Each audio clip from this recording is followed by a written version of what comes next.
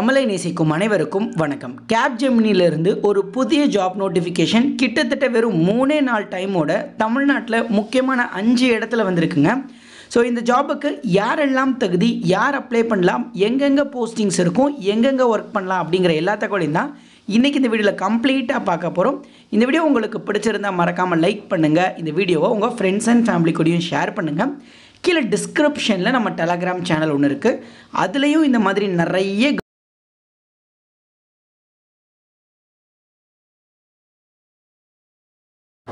Okay super செட்லேருந்து கேப்ஜெமினியோட ஒரு official job notification விட்டுருக்காங்க. இதை பொறுத்தளவுக்கு பேன் இந்தியாவிலேருந்து நோட்டிஃபிகேஷன் வந்திருக்கு. ஸோ கேப்ஜெமினியை பொறுத்தளவுக்கு எல்லாருக்குமே தெரியும், ஒரு எம்என்சி, அதுவும் டாப் மோஸ்ட் எம்என்சி கம்பெனிங்க. இந்த கம்பெனிலேருந்து இந்த ஜாபை ஃப்ரெஷர்ஸ்க்கு ஆஃபர் பண்ணுறாங்க. ஸோ இதை பொறுத்தளவுக்கு பேன் இந்தியா லொக்கேஷன் கொடுத்துருக்காங்க. தமிழ்நாட்டில் சென்னை, கோயம்புத்தூர், காஞ்சிபுரம், சேலம், திருச்சி. ஸோ இந்த 5 ரீஜனல் ஆஃபீஸ்லேயும் உங்களுக்கான வேக்கன்சிஸ் இருக்குது. இந்த 5 ரீஜனல் ஆஃபீஸ்லேயும் உங்களுக்கான போஸ்டிங்ஸும் இருக்குதுன்னு சொல்கிறாங்க. ஓகே, என்ன போஸ்டிங் அப்படின்னு பார்த்தீங்கன்னா, ரோலை பொறுத்தளவுக்கு சாஃப்ட்வேர் இன்ஜினியர் ரோலை தான் எடுக்கிறாங்க. அப்ளிகேஷன் டெட்லைன் தாங்க முக்கியம். 6 அக்டோபரோட கம்ப்ளீட் ஆகுது. இன்னும் ஒரு 2 நாள் தான் டைம் இருக்குது. ஸோ உடனே இந்த வீடியோ பார்த்துட்டு இருக்க செகண்ட்லேயே இந்த ரெஜிஸ்டர்னு ஆப்ஷனை கிளிக் பண்ணி அப்ளை பண்ண ஸ்டார்ட் பண்ணுங்கள். ஜாப் ஃபங்க்ஷன்ஸை பொறுத்தளவுக்கு இன்ஜினியரிங் கேட்டகரி தான் எடுக்கிறாங்க.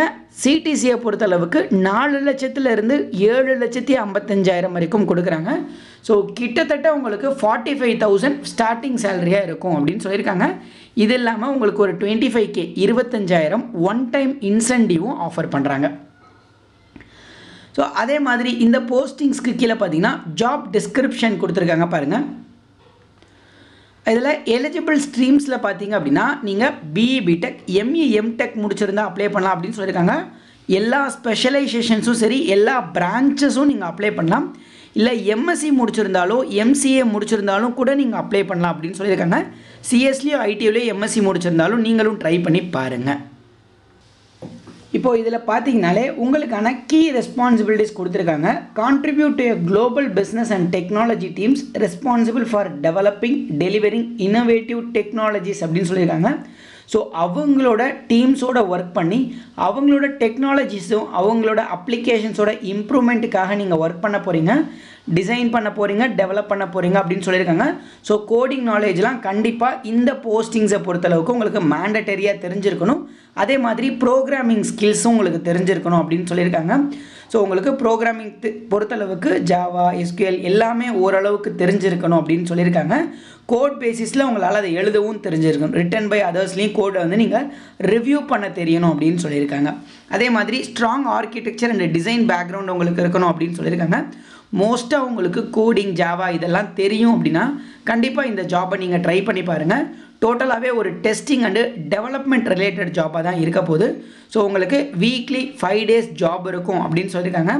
அதுக்கப்புறம் 2 days உங்களுக்கு வந்து லீவ் இருக்கும். 8 hour தான் ஷிஃப்ட் இருக்கும். ரொட்டேஷனல் ஷிஃப்ட் வந்து ஷுவராக இருக்குங்க.